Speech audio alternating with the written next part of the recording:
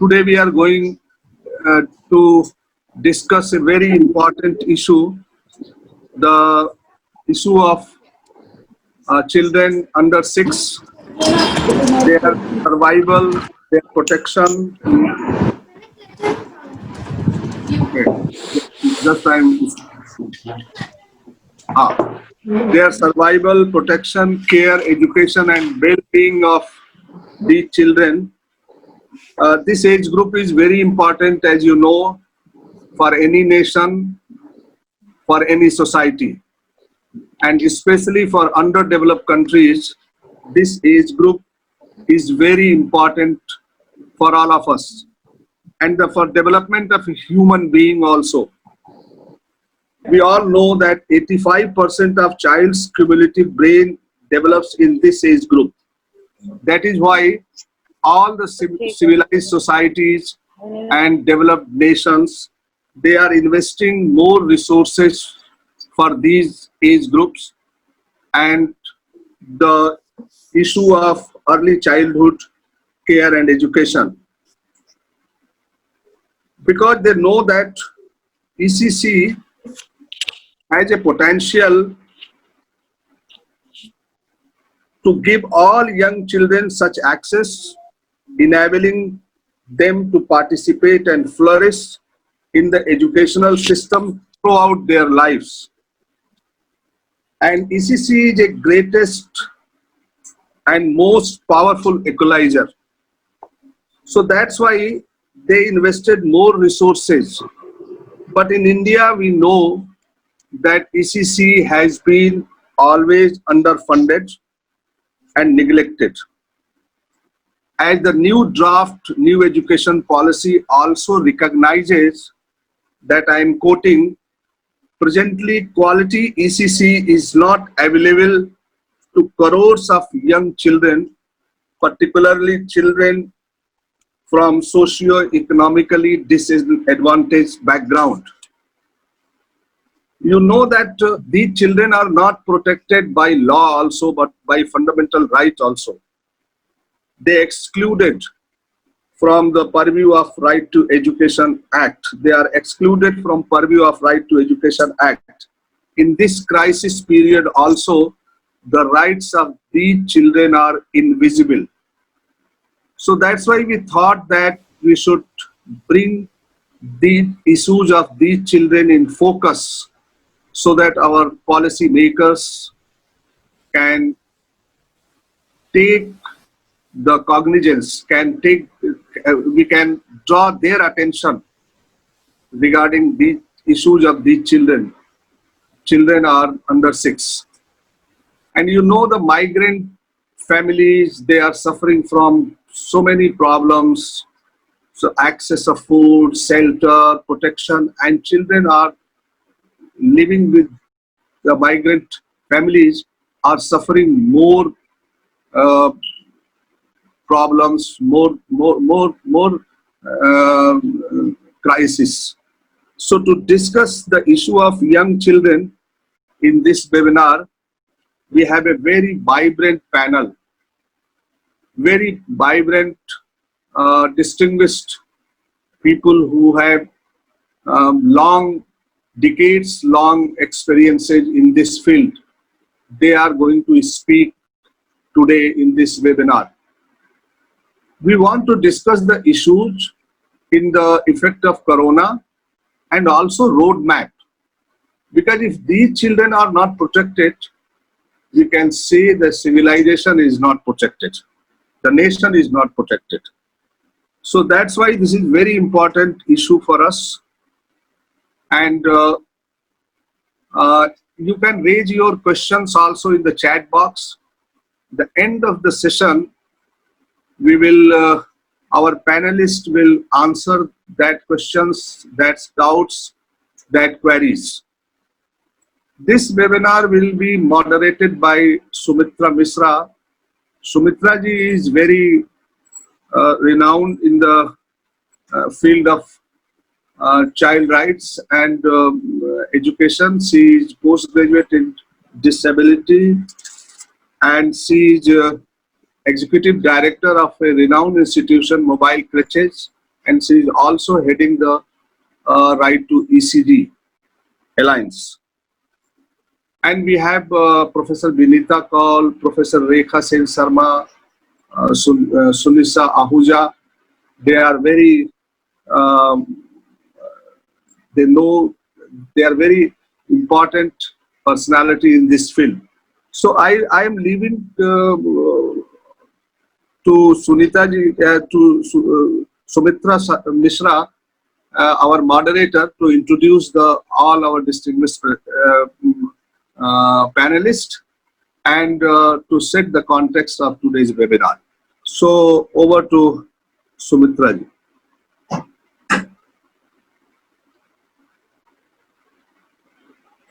Yes, Sumitra जी आप सुन रही हैं?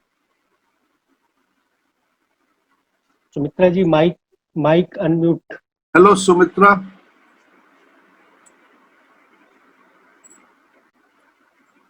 Sumitra ji, are you here? क्या हो गया?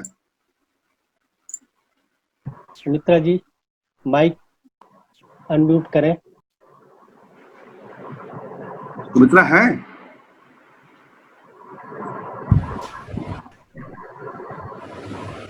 ओहो, सुमित्रा ने 15. उन्होंने मित्रा रंजन को. हेलो सुमित्रा जी को ऑन कर. हाँ जी. Hello. Now I'm back here.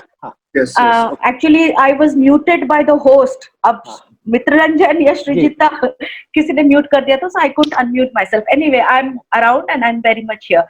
बहुत बहुत धन्यवाद अमरीश भाई आपको और आरटी फोरम के सभी साथियों को कि और खास करके धन्यवाद इसलिए क्योंकि आरटी फोरम के प्लेटफॉर्म में early childhood care and education को ये प्राथमिकता देने के लिए और एक तरह से नेशन वाइड ये मैसेज भी इस समय इस मुश्किल के परिस्थिति के समय भी इस मैसेज को पहुंचाने के लिए कि इतनी मुश्किलों के बीच में जो सबसे छोटे बच्चे हैं उनके तरफ भी ध्यान देना जरूरी है, उनके हकों के लिए, उनकी जरूरतों के लिए भी ध्यान देना जरूरी है. इसलिए I am sure all my panellists will join me in thanking all of you at RT Forum to give this priority to early childhood education and the youngest under 6 children of this country. Zoom और webinar का overdose के मौसम में करीब 300 से ऊपर participants आज zoom room में हैं. ये सिर्फ आरटी फोरम के प्लेटफॉर्म में और जितने एक्टिविस्ट एनर्जी है जो शांता मैम वेबिनार शुरू करने से पहले भी बोल रही थी that people are so enthusiastic and so rooted to the ground during this period. The participation of this webinar is a reflection for that. All of you who have joined this webinar this morning, thank you very much and welcome to the webinar. Amrish ji ने मेरे ऊपर डाल दिया कि मैं अपने panellists को आप सबके साथ इंट्रोड्यूस करूं. Vinita ma'am, Rekha, Sunisha, they are all familiar names. They are all stalwarts in the area of early childhood care and education. Professor Vinita Kaul, since her days at NCRT, the World Bank, and lastly at Ambedkar University, has done some pioneering work in setting the policy tone and setting the programmatic framework in this country towards early childhood care and education, both in the country and in the region, in South Asian region and globally also. So ma'am, we continue to look up to you for your knowledge, wisdom and guidance. Thank you very much for being here with us today. Professor Rekha, faculty of child development from IGNOU, again a very, very accomplished early childhood education specialist and a very strong believer in the core values and the core scientific grounding of ECCE. I've had the beautiful privilege of working very closely with Rekha on many things, and I can tell you that if we really need to understand the depth of the subject in all its nuances, Rekha is that fountain of knowledge and continues to inspire many young students across the IGNOU platform and all of us also. Thank you, Rekha, for being here. Sunisha, a very warm welcome to you. Sunisha is the education specialist, early childhood education at UNICEF. Sunisha has had many years of experience of working in the sphere of early childhood education earlier, then through Room to Read in her stint at also in her work with the MHRD and now with UNICEF and many state WCD departments and health departments of state governments as well as the central ministries. So, Sunisha, a very warm welcome to you and thank you very much for agreeing to be a part of this webinar and for sharing your experiences of what is going on the ground. With that now, I will now move on to starting the webinar presentations. We do not have any presentations today, so speakers will try and come on videos to share their observations and experiences with you. May I request everyone who has joined, we have 330 participants, may I request all participants to please go on mute because I can hear some buzzing and crackling sounds in the background. सब लोग अगर mute में रहेंगे तो बाकी सबको अच्छे से सुनाई देगी, तो आपका सवाल और आपकी टिप्पणी बाद में और अच्छे से बेहतर आप रख सकते हैं सबके सामने. धन्यवाद. Okay. What started as a health crisis across the world soon turned into a humanitarian crisis in India. And we are seeing evidence of that crisis panning out in front of us on a daily basis for the last 3 months now.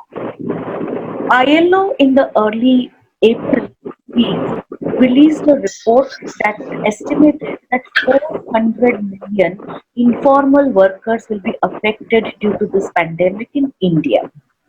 Since that report, there has been many surveys, situation analysis, rapid assessments, and ground mapping reports of many of our partner organizations that shows us that it is the poorest, the undocumented, the unregistered, and the unorganized informal workers who have led a hand-to-mouth existence even earlier have been the hardest hit by this kind of a deprivation, the indignity and the inhumanity that they have experienced during the lockdown.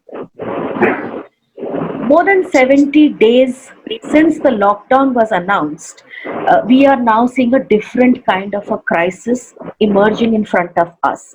Migrant workers returning to their homes in the villages. Government estimate is putting it as around 20 lakhs migrant workers who have been transported through the Shramik trains back to their villages.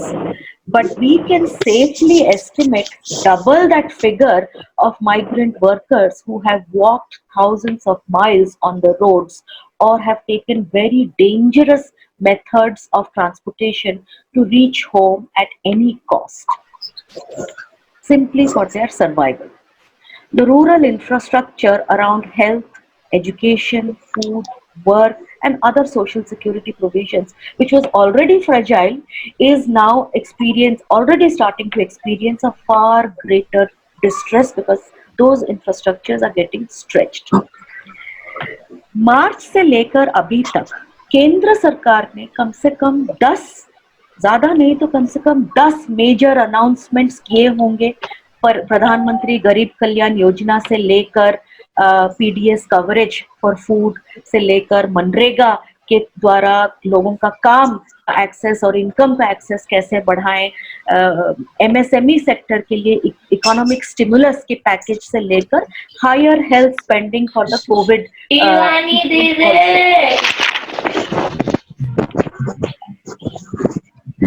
उसके साथ साथ केंद्र सरकार ने भी has also taught us many plans and ways in which we can all become आत्मनिर्भर।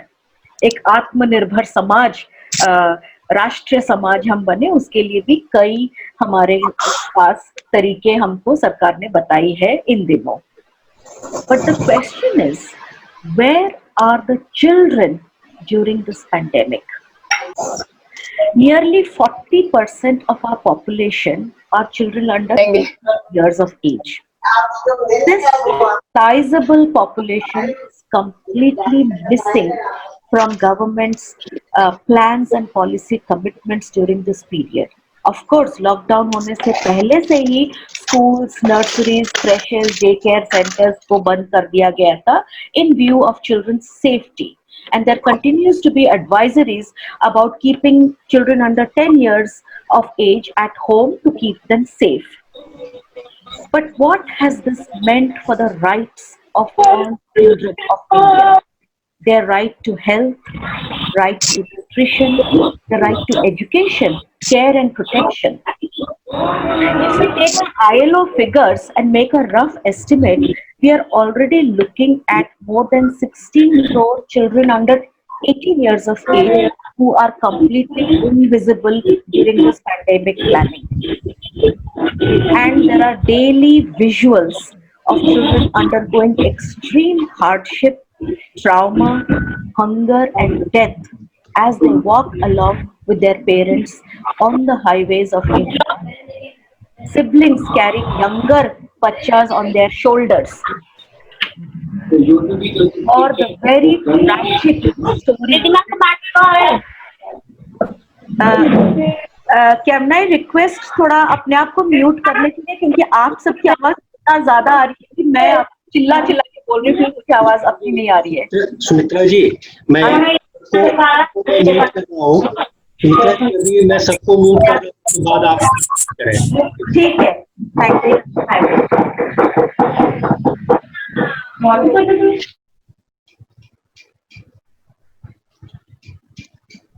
So I was talking about the tragic visuals of children walking on the streets, and कितना दर्दनाक वो देखते हुए हमको लगता है. Of course, many of you would have seen the tragic visual of that young child sleeping over a suitcase, and as the mother dragged him along on the roads. Or more recently, the little baby trying to wake his dead mother on Muzaffarpur platform in a station in Bihar. It was hard to watch that. It is the youngest children under 6 years of age, who will carry the longest and the strongest impact of this disparity, the inequity and the exclusion that this pandemic has brought forward in this country. Children are already burdened with high malnutrition rates, poor health, and low access to ICDS services.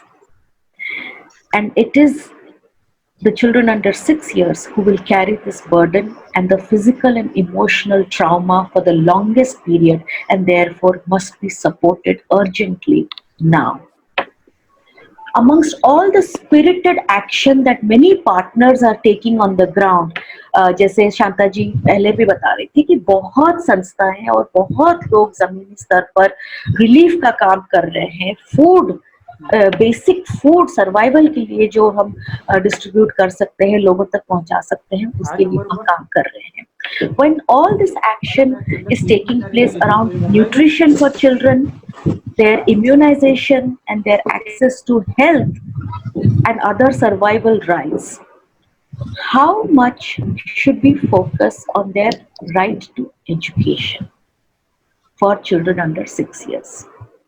Knowing that children are learning the most rapidly, जैसे अमरीश जी ने कहा, during the early childhood development period, how can parents who are undergoing so much cope with the additional needs for children's learning? There is an increasing focus on many organizations to deploy technology and digital platforms for parents to adopt early childhood programs, just as digital technology is being used extensively for school education. ठीक उसी प्रकार हम देख रहे हैं कि इसी technology digital means use हो रहा है for parents to gather this knowledge, these skills through these platforms and transfer and transact early childhood education programs with their children.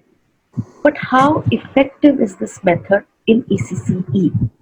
and what can we do better to support parents and their parenting of young children during the COVID period, and the lessons that we've learned from this period for a COVID altered world as we step into a new world after this pandemic. To speak on that, I now invite our first panelist, Vinita ma'am, to share her experiences of how ECE, early childhood education, is really happening on the ground during this period. What are some of the experiences of the parents, and what do we learn from this experience to use technology responsibly in a post-COVID world when we think of early childhood care and education? Over to you, Vinita ma'am. I'm going to go on mute now. Thank you very much, Sumitra. Can you hear my voice? Yes, we can hear you. So, good morning and namaskar to everybody who is here, all the participants. It's such a pleasure to be here with RT Forum, and I must acknowledge that great thanks to them for being able to highlight this issue of the early childhood, especially as Sumitra said, the hidden rights of these children which are getting neglected.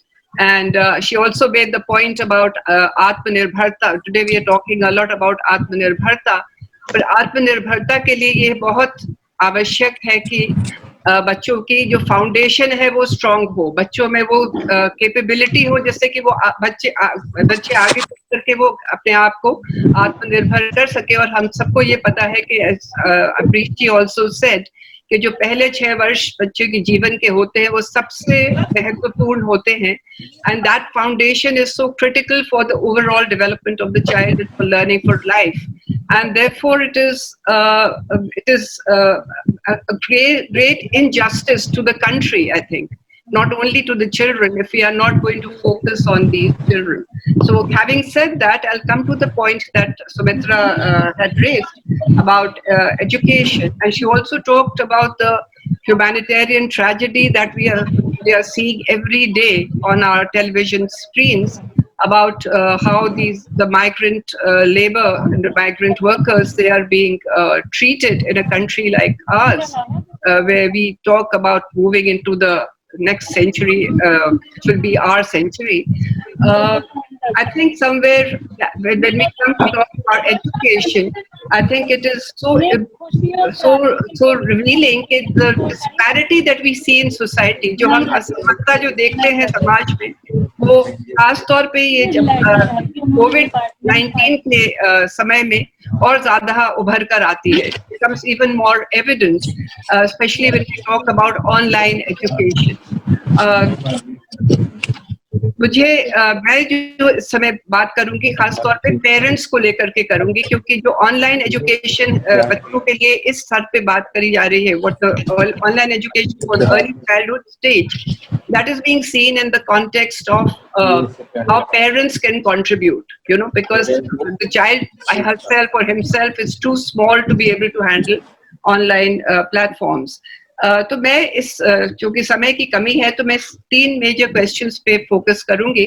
पहला प्रश्न ये है कि हम मानते हैं कि parents जो हैं कि वो फर्स्ट टीचर्स हैं बच्चे के, और पेरेंट्स पे इसकी रिस्पॉन्सिबिलिटी है कि वो बच्चों को सही तरह की शिक्षा और सही तरह का वातावरण दे, जिससे कि बच्चों का विकास पूर्ण रूप से हो सके, that provide them for a holistic development in their childhood.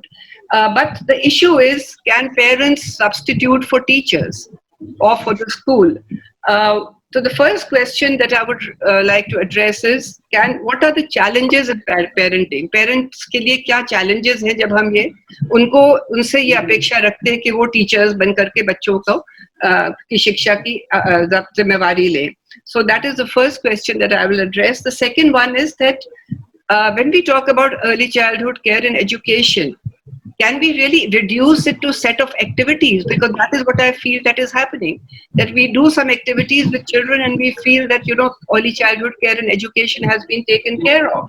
So somewhere, what is early childhood care and education? What is required to be able to ensure children the right to early childhood care and education? And the third question that I would come to at the end is, what needs to be done to strengthen parenting programs? Because today, आज के संदर्भ में parenting का बहुत ही महत्वपूर्ण भूमिका है बच्चों के जीवन के लिए, और पेरेंट्स के लिए भी बहुत जरूरी है कि वो समझें कि उनको बच्चों के संग क्या करना है, किस तरह का वातावरण बच्चों को देना है, और उसके लिए what kind of parenting programs are becoming the norm now, many organizations are doing parenting programs. So what should be the focus of these parenting programs as far as early childhood care and education is concerned? So coming back to my first point, I had the opportunity of talking to a few young mothers from across the different social segments, and very briefly I would like to share कि parents से क्या schools या education system या country expect कर रही है इस दौरान, और कोविड के दौरान हमने जो कुछ भी देखा है, अनुभव किया है, उससे हम क्या लेसन्स ड्रॉ कर सकते हैं। सबसे पहले जो मेन बात ये है कि पेरेंट्स तो जो एक्सपीरियंसेस हैं वो हम अलग अलग तरह के एक्सपीरियंसेस हैं, there are different kinds of experiences. I'll just take 3 examples from a number of them that I talked to parents. The first one was that schools are expecting children to do online classes on a regular basis, even children as young as 2 and 3-year-olds, 3 to 5-year-olds definitely.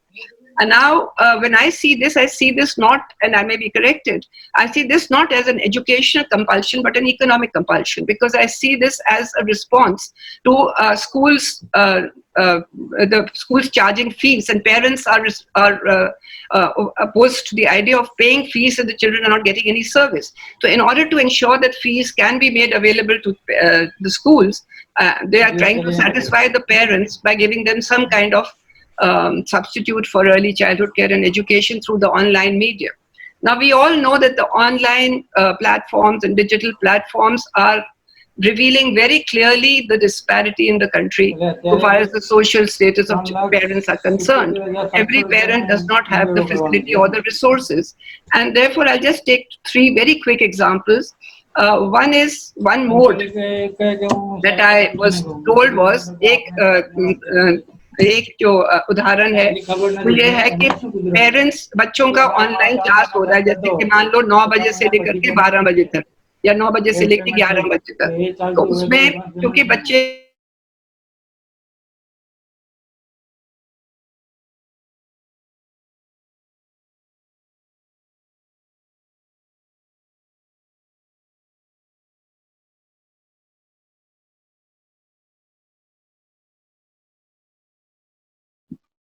मुझको mute कर दिया था, इसलिए मैं बीच में, मेरी आवाज आ रही है?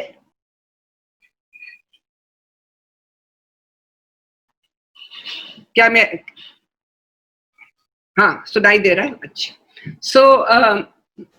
तो एक उदाहरण जो मैं दे रही थी वो ये था कि बच्चों को प्री स्कूल क्लासेस दिए जा रहे हैं घंटे, 1.5 घंटे, 2 घंटे के लिए सुबह के समय, जो कि स्कूल का टाइम होता है, to substitute for the school experience.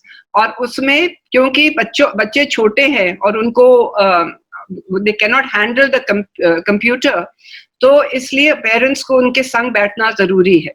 इसमें ये अपेक्षा की जा रही है और ये अजम्पशन है कि पेरेंट्स सब मतलब कुछ काम नहीं है उनको, they are available and they can be available any time that they are asked to be available. इससे पेरेंट्स को बहुत परेशानी है, क्योंकि खासतौर पे कोविड के जमाने में और even otherwise they have so many other things to do. Parents को घर का भी काम करना, खासतौर पे मदर्स ये रिस्पॉन्सिबिलिटी ले रही हैं, उनको घर का भी काम करना है। कई लोग वर्क फ्रॉम होम करते हैं, उनको और उनके एंगेजमेंट्स हैं, और इसलिए उनका काम और डबल होता चला जा रहा है। एक दूसरा एग्जाम्पल है कि जहां मुझे बताया गया कि 1.5 साल के बच्चों के लिए एक प्रोग्राम है। 1.5 साल, आप सोचिए, जब बच्चे अभी बोलना भी पूरी तरह नहीं सीख पा रहे हैं, जिसमें कि उनको वीडियोस दिखाए जा रहे हैं, maybe nice videos in terms of storytelling और पपेट्स और whatever, just to keep them. कोई कह रहा है कि सुनाई नहीं दे रहा है, is that, I hope I can be heard, am I audible? Okay. So दूसरा एक उदाहरण ये है, और एक तीसरा उदाहरण जो है वो जो पेरेंट्स जो कि इतनी जिनमें इतनी क्षमता नहीं है, इतने सक्षम नहीं है, they are not able to afford these kind of facilities. They are sending the children to some NGO programs or government programs or maybe some even low-cost private schools.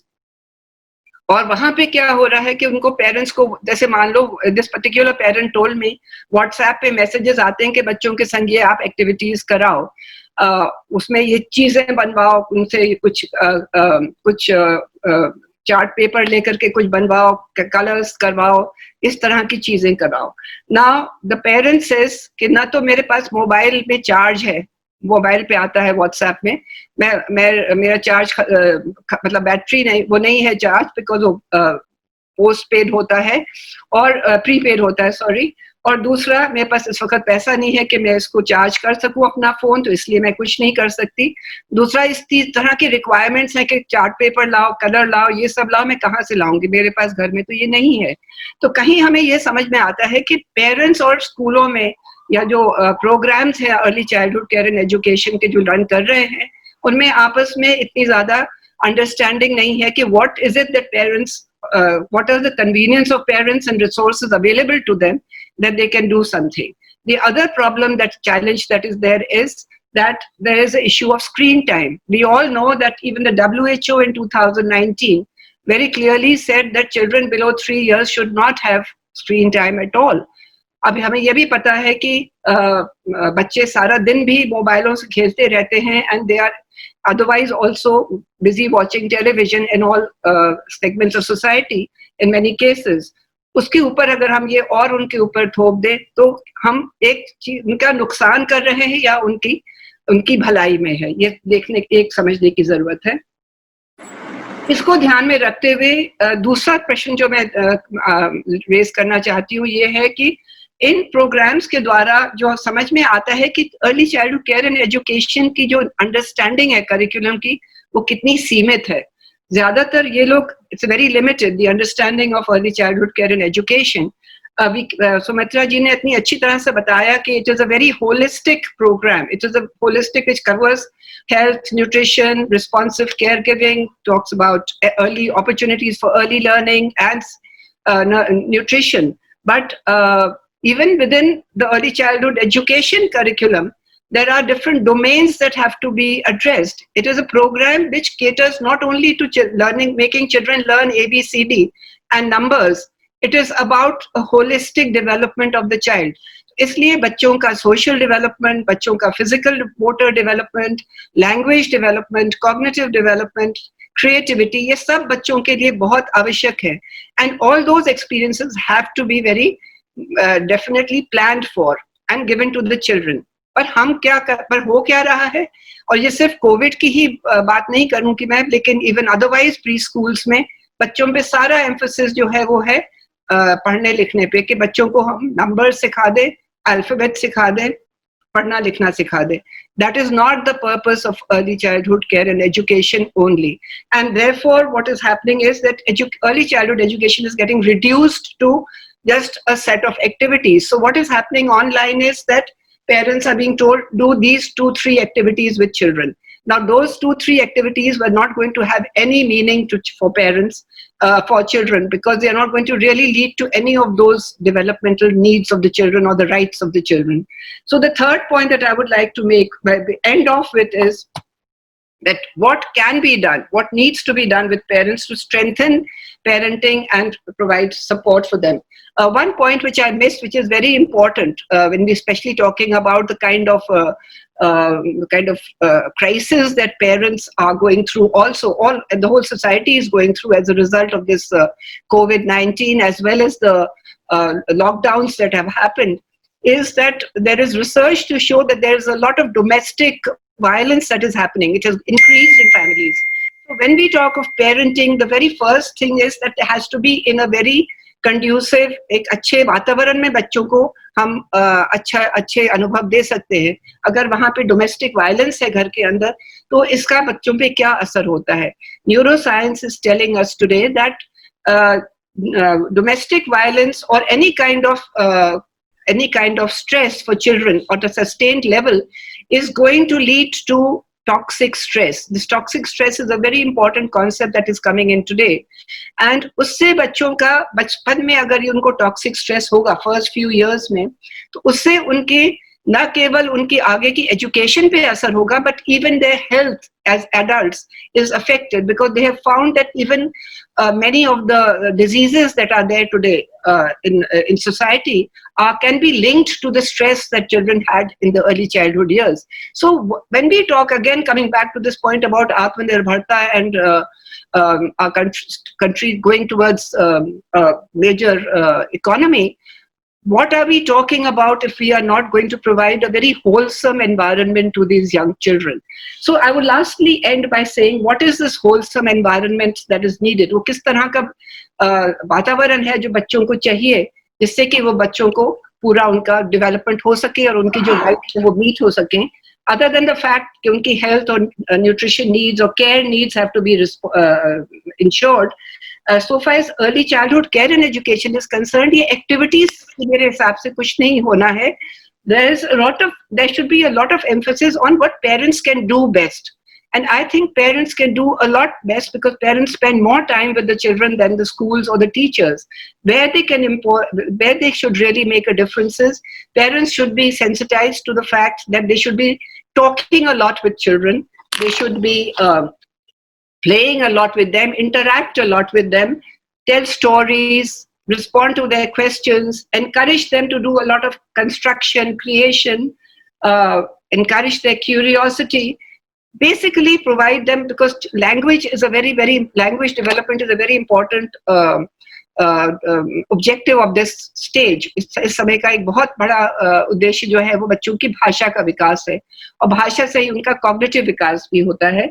तो इसलिए उनको एक अच्छा वातावरण दे, एक प्यार भरा वातावरण दे, जिसमें कि बच्चों को पूरी तरह से अपने बोलने का, सोचने का, समझने का, खेलने का अवसर मिले.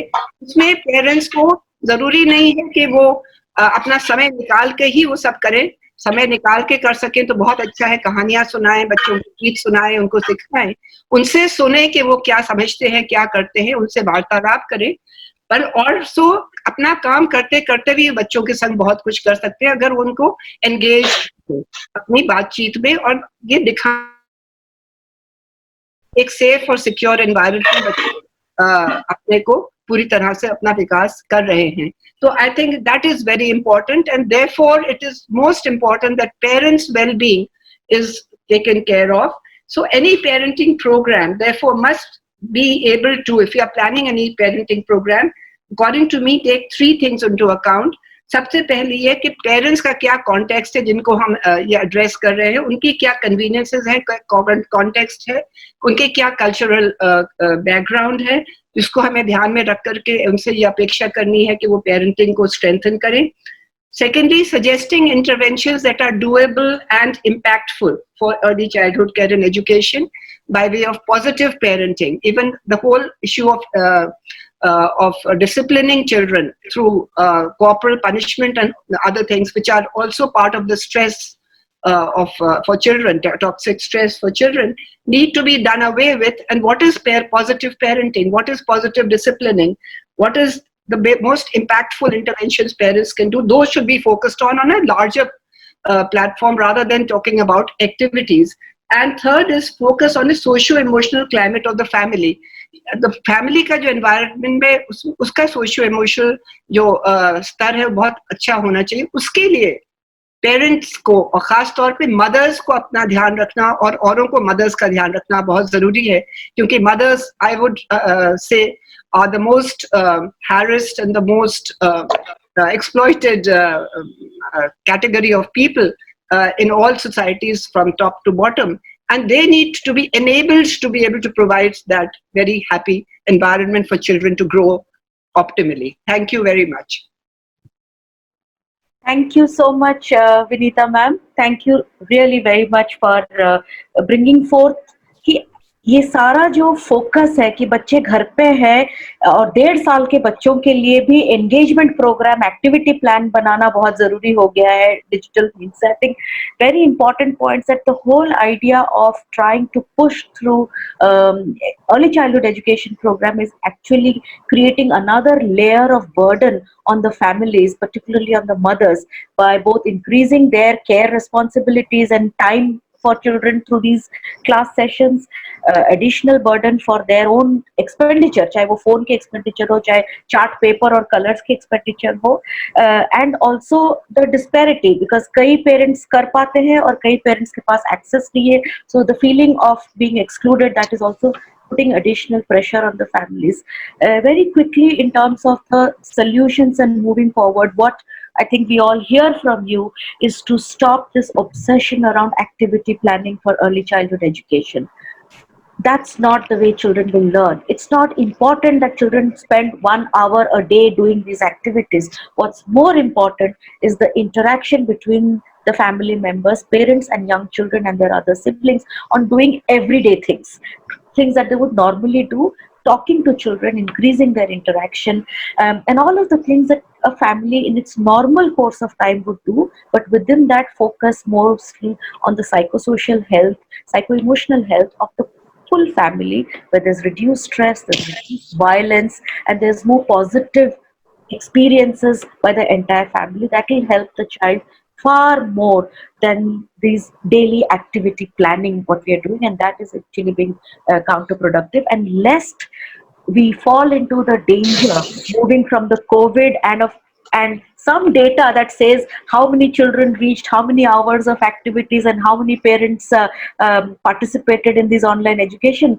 lest that gives us the danger that ECCE can be reduced to a set of activities completely disregarding the scientific thinking behind the curricular and pedagogical constructs of ECCE. So and the support going forward has to be mostly on the mothers, because they are bearing the burden of care of the child as well as of the family and the stress from all the violence around, and therefore how can we do better for the parents in order to do better for the children. Thank you so much, Vinita ma'am.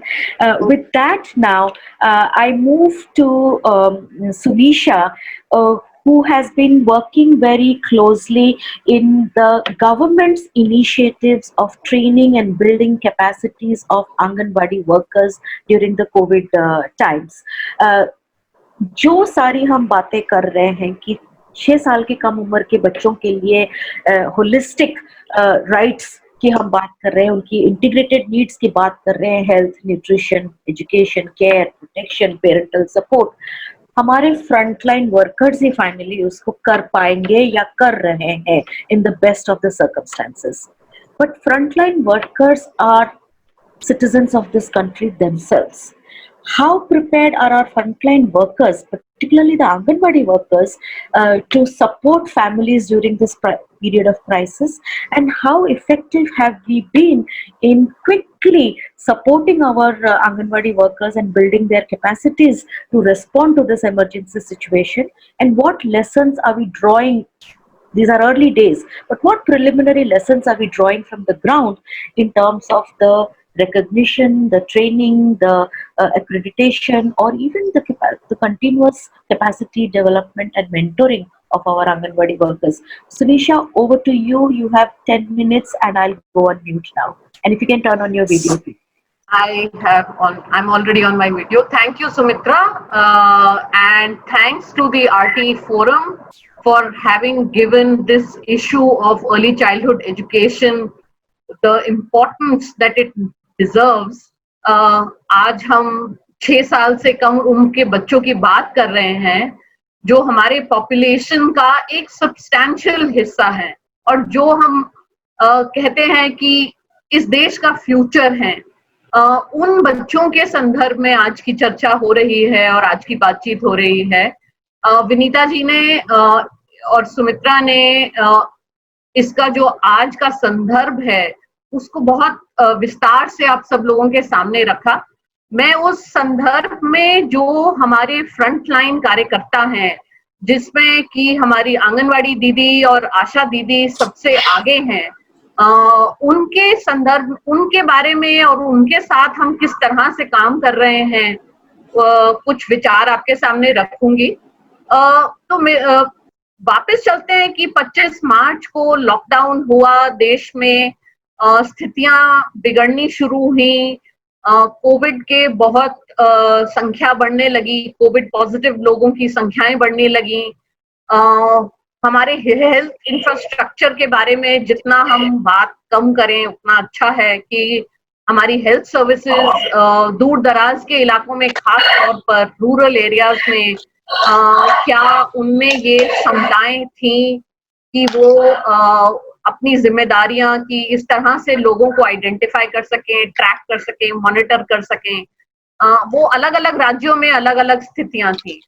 तो शुरुआत में ही मेरा ख्याल से सरकार के दिमाग में भी ये बात क्लियर थी कि अगर हमें आखिरी परिवार तक पहुंचना है तो हमारी आंगनवाड़ी दीदी और आशा दीदी ऐसे दो कार्यकर्ता हैं जिनके माध्यम से हम दूर दराज के क्षेत्रों तक पहुंच सकते हैं, क्योंकि इन दोनों ही कार्यकर्ताओं की अपने अपने समुदायों में बहुत अच्छी पहुंच है, लोगों के साथ रिश्ते हैं, परिवारों को ये जानते हैं, परिवारों की स्थितियों को ये जानते हैं। तो कोविड के शुरुआती दिनों में ही एक ट्रेनिंग प्रोग्राम ऑर्गेनाइज किया गया ministry of health and family welfare की तरफ से, जो कि यूनिसेफ और WHO ने मिलकर के एक पूरा कैपेसिटी बिल्डिंग प्लान बनाया था, और सभी आशा दीदी की ट्रेनिंग की गई देश भर में। ये ऑनलाइन ट्रेनिंग के माध्यम से हुई। ऐसा माना जाता है कि अधिकतम आशा दीदी तक ये ट्रेनिंग पहुंच पाई है, और इसके साथ साथ महिला और बाल विकास मंत्रालय ने भी यही ट्रेनिंग मॉड्यूल जो आशा दीदी के साथ किया गया, वो मॉड्यूल आंगनवाड़ी कार्यकर्ता के साथ भी किया। इस मॉड्यूल में था क्या? सबसे पहले तो उनको ये जानकारी देना कि कोविड है क्या और कोविड से जुड़े हुए सिम्टम्स क्या होते हैं, ताकि उनकी अपनी एक समझ बन सके इस हेल्थ क्राइसिस के बारे में। उसके बाद उस प्रोग्राम में उनके साथ कि उनकी क्या जिम्मेदारी रहेगी वो शेयर की गई, और जो रोल उनके लिए एनविसाज किया गया, जो रोल उनके लिए सोचा गया, जिसमें कि वो गांव में कोविड पॉजिटिव लोगों को आइडेंटिफाई कर सकें, उनका किनके साथ कांटेक्ट हुआ है वो कांटेक्ट ट्रेसिंग कर सकें, और साथ में गांव में ये मॉनिटरिंग कर सकें कि और कितने लोगों को जो कि जिनकी मॉर्बिडिटी हाई हो सकती है, उन लोगों का तक कैसे ये जानकारियां पहुंचाएं कि क्या प्रिवेंशन के स्टेप्स हैं। तो बेसिकली शुरुआत में आशा और आंगनवाड़ी दीदी became the communicators on behalf of the government to make people aware about COVID and to talk about its risks and to talk about its prevention methods. I think they have played an immense role in terms of reaching this message to the most remote, far-flung areas, and I think we need to applaud them for the kind of efforts they have done. Yes, there have been challenges, और कई लोगों ने इस चीज को highlight किया कि चाहे हमने उनको जानकारी दी, क्या हमने अपने फ्रंटलाइन वर्कर्स को उतना प्रोटेक्टिव प्रोटेक्टिव चीजों को से उनको स्ट्रेंथन किया, क्या उनको मास्क दिए, क्या उनको सैनिटाइजर्स दिए, क्या हमने उनको पर्सनल प्रोटेक्शन गियर्स प्रोवाइड किए। तो जरूर उन सब चीजों में शायद कहीं कमजोरियां रही हैं, पर मुझे लगता है कि जैसे जैसे समय आगे बढ़ा है तो उसमें भी कार्य हो रहा है। एक चीज जो मैं आप सबके सामने रखूंगी, और जो काम आंगनवाड़ी कार्यकर्ता मेरा ख्याल से हर राज्य में कर रहे हैं, और ये कोविड की जितनी भी गाइडलाइंस आई हैं भारत सरकार की तरफ से, चाहे वो हेल्थ मिनिस्ट्री की हो या होम मिनिस्ट्री की हो, कि जो टेक होम राशन का सर्विस है आंगनवाड़ी केंद्र से उसको वो जारी रखें। और अलग अलग राज्यों में हमने देखा है अलग अलग तरह के एफर्ट्स हुए हैं इसको लेकर के। बहुत कॉम्प्रिहेंसिव पैकेजेस बने हैं टेक होम राशन के, जो कि बच्चों के लिए भी और माताओं के लिए भी उनके घर तक पहुंचाए गए हैं। कई राज्यों में पेरेंट्स खुद सेंटर्स पे आकर के अपना टेक होम राशन लेकर के गए हैं 15 दिन में। तो वो एक सेवा है जो कॉन्स्टेंटली जारी रही है आंगनवाड़ी केंद्रों से, पर आंगनवाड़ी केंद्रों पर और बाकी सेवाएं बिल्कुल बंद हैं, लगभग ठप हैं। कुछ राज्यों में अब सुनने को मिल रहा है कि शायद इम्यूनाइजेशन का, टीकाकरण का काम धीरे धीरे शुरुआत हो रहा है। और ये बहुत जरूरी है क्योंकि अगर हम बच्चों के सर्वाइवल की बात कर रहे हैं, उनके हेल्थ की बात कर रहे हैं, बच्चों का टीकाकरण ना मिस हो, और कई माता पिता ने इसके बारे में अपनी चिंता जाहिर की थी।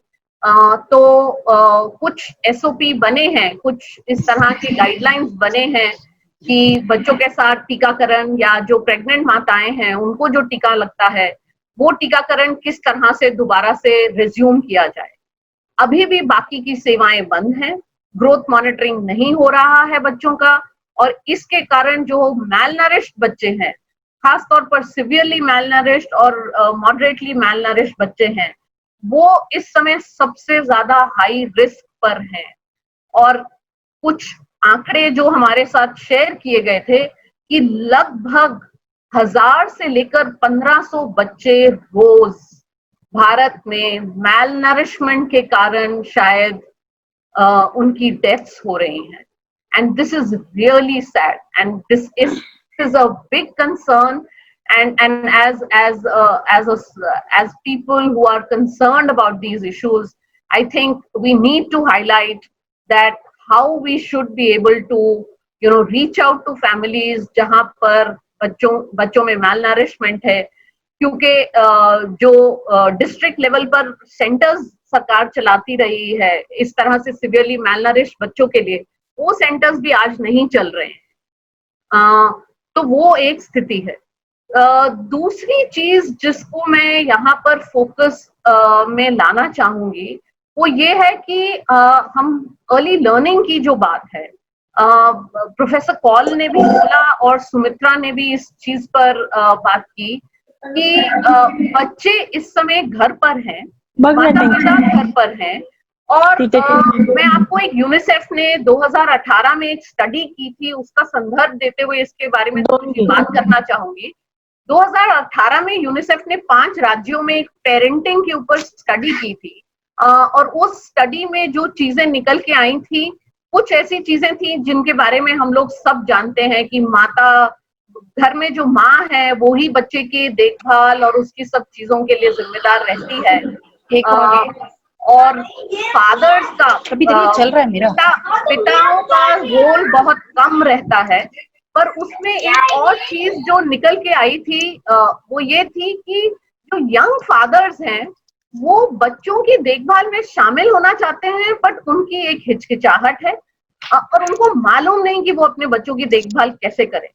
पर उस स्टडी में जो सबसे ज्यादा चिंताजनक बात हमारे सामने आई थी वो ये आई थी कि हमारे परिवारों में, और वो स्टडी रूरल अर्बन दोनों एरियाज में हुई थी, न्यूक्लियर एंड जॉइंट फैमिलीज में हुई थी। जिन 5 राज्यों में वो स्टडी हुई थी वह थे महाराष्ट्र, राजस्थान, मध्य प्रदेश, उड़ीसा और छत्तीसगढ़। और जो सबसे चिंता की बात उसमें स्टडी में निकल के आई थी वो ये थी कि हमारे परिवारों में बच्चों को डिसिप्लिन करने के लिए या उनके साथ इंटरैक्शन में वायलेंस का बहुत इस्तेमाल किया जाता है। बच्चे का कान खींचना, उसको गाली देना, उसको थप्पड़ लगाना, इस तरह की चीजों को लेकर के बहुत 30 अलग तरह के ऐसे प्रैक्टिसेस निकल के आए थे जो पेरेंट्स यूज करते हैं घर में, और वायलेंस को बहुत नॉर्मलाइज कर दिया गया है परिवारों में। यही एक तरीका है जिससे बच्चे सीखते हैं, जो हम लोगों की समझ है। और ये एक बहुत बड़ी चिंता है। और शायद आप सब लोगों ने हाल की प्रेस कवरेज में देखा होगा, चाइल्ड लाइन पे कॉल्स बहुत बढ़ गई हैं। विनीता जी ने डोमेस्टिक वायलेंस की बात कही, नेशनल कमीशन फॉर विमेन ने ये कहा है कि डोमेस्टिक वायलेंस बहुत बढ़ गया है। अगर ये हमारे को सिम्टम्स नजर आ रहे हैं तो आप सोचिए वो कोविड का समय नहीं था तो तब हमें वायलेंस के इतने पक्ष नजर आए। अब तो कोविड का समय है जहां परिवारों में चिंताएं हैं, वो लोग बहुत आइसोलेटेड फील कर रहे हैं, उनकी निराशा है, अशांति है, काम करने के अवसर नहीं मिल रहे हैं। तो इस समय बच्चों के साथ किस तरह का व्यवहार परिवारों में हो रहा होगा, वो एक बहुत बड़ा चिंता का विषय है।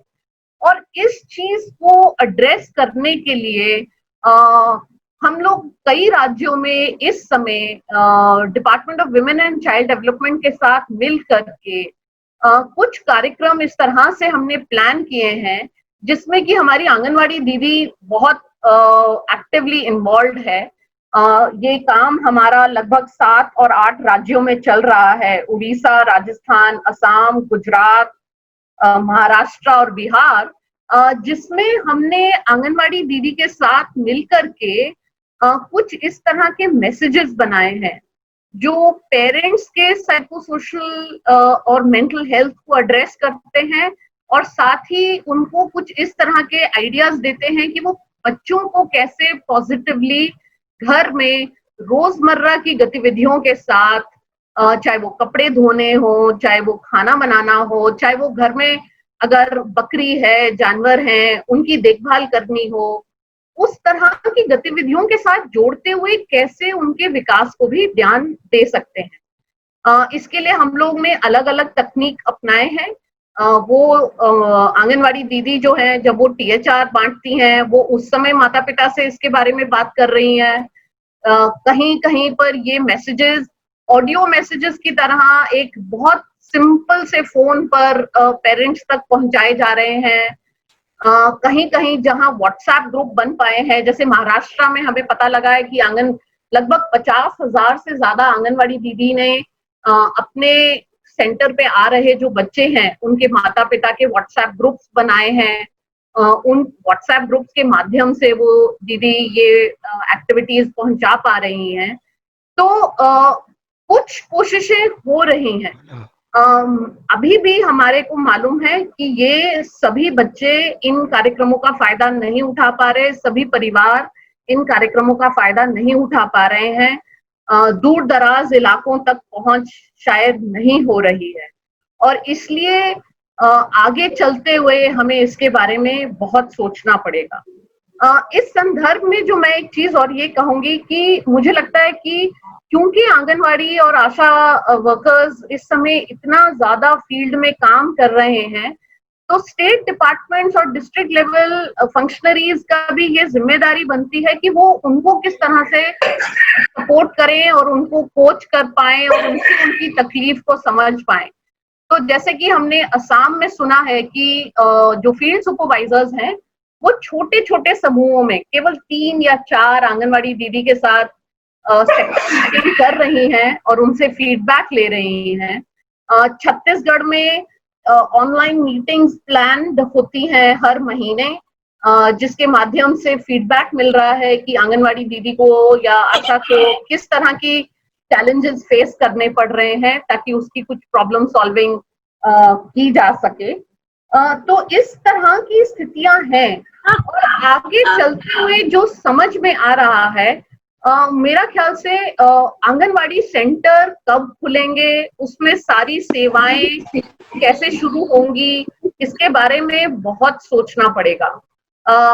क्या कहते आंगनवाड़ी सेंटर्स पे जहां तक जानकारियां मिल रही हैं, ऐसा लगता है कि शायद ग्रोथ मॉनिटरिंग और मदर्स के साथ उनके हेल्थ एंड न्यूट्रिशन एजुकेशन वगैरह वाली गतिविधियां पहले शुरू होंगी और अर्ली चाइल्डहुड एजुकेशन की शायद कार्यक्रम सबसे अंत में एक्टिवेट होगा, क्योंकि वो बच्चों के साथ किस तरह से अब हम आगे काम करेंगे उसके लिए हम लोगों को कुछ स्टैंडर्ड ऑपरेटिंग प्रोसीजर्स तैयार करने पड़ेंगे। और आगे चलते हुए इस तरह के नए नॉर्मल में कैसे काम किया जाएगा, जहां हम सोशल डिस्टेंसिंग की बात करेंगे, सभी को मास्क पहनना पड़ेगा, सभी रेगुलरली हाथ धोएंगे, तो क्या सभी का आंगनवाड़ी केंद्रों पे पानी की व्यवस्था है, साबुन की व्यवस्था है, फंक्शनल टॉयलेट्स हैं। मुझे लगता है ये सब चीजें अब और भी ज्यादा इम्पोर्टेंट हो जाएंगी। ऐसा नहीं था कि पहले नहीं थी, बट अब वो नॉन नेगोशिएबल्स हो जाने चाहिए हमारे लिए। और इसके साथ साथ हमें कैपेसिटी बिल्डिंग, आंगनवाड़ी के दीदी की कैपेसिटी बिल्डिंग पर फिर से ध्यान देना पड़ेगा। मैं अपनी बात खत्म करते हुए सिर्फ एक चीज और आप लोगों से शेयर करना चाहूंगी कि जून का जो महीना होता है ग्लोबली वो एक पेरेंटिंग मंथ की तरह मनाया जाता है। 1 जून इज पेरेंट्स डे। इस संदर्भ में यूनिसेफ भी इस महीने को एज अ पेरेंटिंग मंथ मना रहा है और हमने अपनी वेबसाइट पर एक नई माइक्रोसाइट सेटअप की है पेरेंटिंग के ऊपर। मैं आप सब लोगों को आमंत्रित करूंगी कि आप लोग उस माइक्रोसाइट को विजिट करिए, आपको बहुत सारे रिसोर्सेज मिलेंगे वहां पर। और हम अन्य संस्थाओं को भी अब लिख रहे हैं कि अगर वो अपने रिसोर्सेज इस माइक्रोसाइट पे रखना चाहें तो वो यहाँ रख पाएंगे, ताकि एक जगह बन जाएगी जहां पर सब तरह के रिसोर्सेज मिलेंगे। आप लोग यूनिसेफ की जो सोशल मीडिया है उसको प्लीज फॉलो करिए, उसमें बहुत सारे रिसोर्सेज और रिसोर्स पर्संस के साथ इस आने वाले माह में ईसी और यंग चिल्ड्रन के ऊपर बहुत सारे कार्यक्रम प्लान हैं। Thank you. Thank you very much Sunisha, बहुत बहुत धन्यवाद। एक बहुत अहम कड़ी जो ECCE के सिस्टम में है वो हमारे फ्रंटलाइन वर्कर्स हैं, और ये सारी जानकारी जो इस समय हमारे फ्रंटलाइन वर्कर्स के ऊपर पूरी जिम्मेदारी है कोविड के समय काम को आगे बढ़ाने के लिए, बच्चों के संपर्क में रहने के लिए और परिवारों के संपर्क में रहने के लिए जो वो काम कर रहे हैं, वो हर अलग अलग स्टेट में क्या चल रहा है उसको शेयर करने के लिए बहुत धन्यवाद।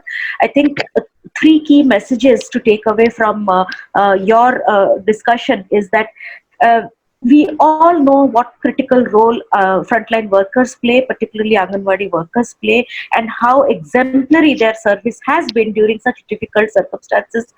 Online training attend karna और contact tracing करना और government के frequently changing orders और directives और messaging को सुनकर समझ के उसको door to door और अपनी community में pass on करना at a great personal risk to their own safety and health precautions. We all know about that. The second message I think is important for all of us as participants in this room to carry forward is that हाँ, इस समय ICDS functionary majorly COVID tracing में व्यस्त है या THR के distribution में व्यस्त है। और ये जो हम लोग सब जमीनी स्तर पर जुड़े हुए हैं, हमें पता है कि THR के डिस्ट्रीब्यूशन में भी काफी चैलेंजेस हैं और काफी गैप्स उसमें है।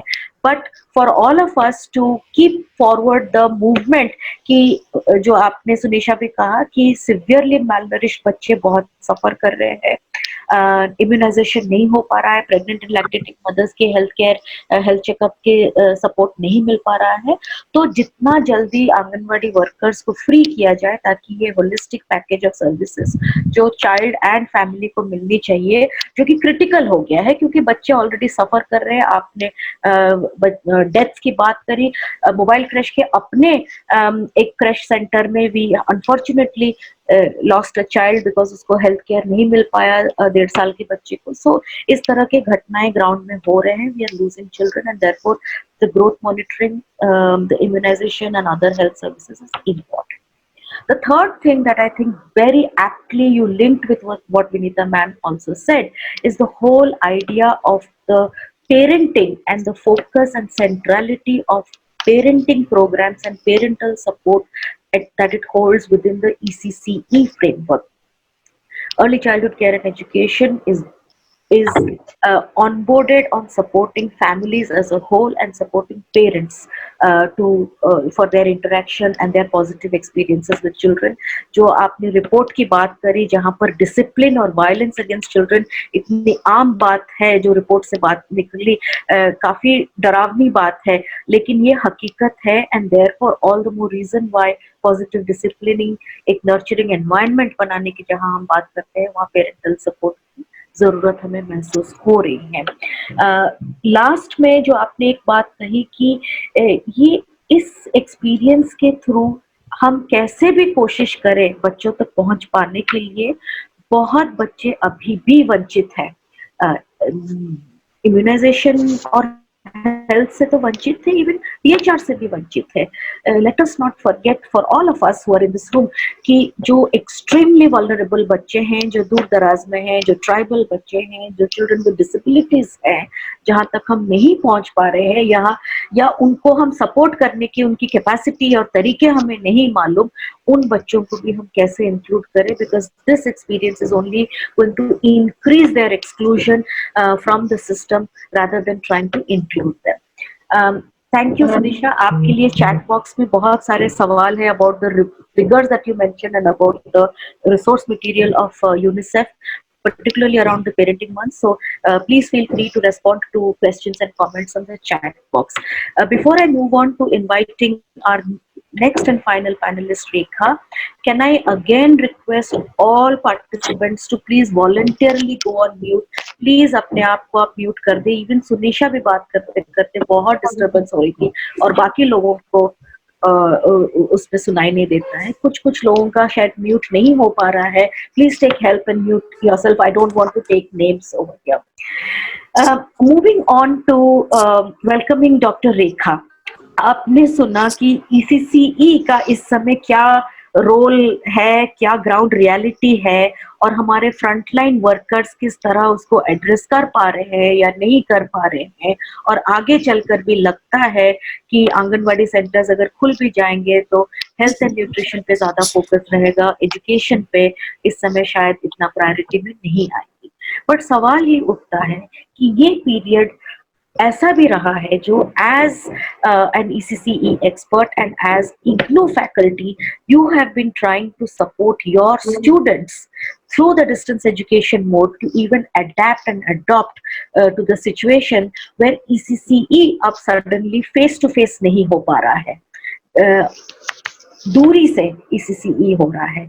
इस सिचुएशन में हमें अपने ह्यूमन रिसोर्स कैपेसिटी के लिए हम क्या लेसन्स ऑलरेडी ड्रॉ कर रहे हैं, प्रिलिमिनरी लेसन्स ड्रॉ कर रहे हैं इस दौरान, और आगे चलकर जो हम फोकस देख रहे हैं on the inequity that the pandemic has created, has brought forward to us, and the focus on parenting and parental support being an important part of creating a positive wholesome nurturing environment for children, उसमें ECCE teachers या ECCE educators क्या role होगा, और उनको उस role को निभाने के लिए हमारे टीचर ट्रेनिंग मेथोडोलॉजी और तरीके में क्या बदलाव लाने की जरूरत महसूस हो रही है. Over to you Rekha. Thank you Sunisha. मैं कोशिश करूंगी कि वीडियो रहे, पर अगर आवाज ना सुनाई दे तुरंत बताइएगा. मैं वीडियो अपना ऑफ कर दूंगी क्योंकि थोड़ा मेरे यहाँ पे इंटरनेट एक्सेस का इशू है. I will do that Rekha, please continue. So thank you so much to the RT Forum for giving us this opportunity, and thank you to Professor Paul and Sunisha जो बहुत pointedly आपने इतने points raise करे हैं, और chat में भी जो बहुत कुछ आ रहा था वो सब कुछ पढ़ रही थी तो सबके कंसर्न्स भी बहुत दिख रहे हैं. शुरुआत यहाँ से करना चाहूंगी कि मैं डिस्टेंस एजुकेशन में पिछले 30 साल से हूँ, and little did I realize that there will come a time when we will be talking about reaching out to the under 6s through distance education. तो सबसे पहली लर्निंग तो मेरी इस सारे चीज को लेके यही रही है, और सारी टीचिंग कम्युनिटी को मैं ये एड्रेस करना चाहूंगी कि हम किसी भी मोड को नकारे ना. We should not be judgmental. We should have a basket approach towards all strategies. Typically हम डिस्टेंस एजुकेशन के लिए हमारा व्यू बहुत फेवरेबल नहीं रहता है so to say कि even till date हमारे पास National Council of Teacher Education में we do not have norm. Childhood. Rekha, please turn off your video because we're losing your voice. Yeah, I said that. Yeah, so am I there? Can you hear me now? Yes, we can hear you now. So मैं जो point अपना बोल रही थी, I will just restate that point in case some people didn't hear. I would say that little did I realize कि ऐसा कोई समय आएगा when we will be talking about distance education for 3 to 6 year olds. Though I have been in this sector for the last so many years now. So to me, the first message is that we should be accepting of all possible modes of reaching out to children or to teachers. Historically थोड़ा सा ये रहा है कि हम distance education को नकारते रहे हैं और हमें ये लगता है कि it is a second level of education and nothing better than face to face.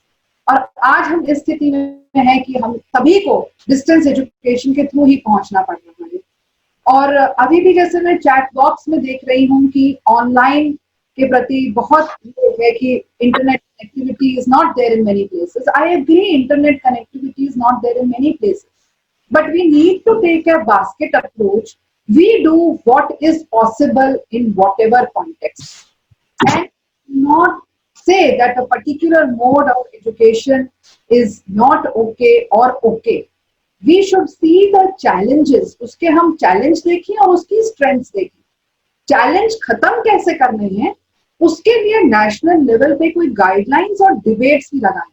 बिल्कुल सही है कि ऑनलाइन एजुकेशन में actually be harmful for young children, but if done properly could it be a means of reaching out to those who can have access to online education.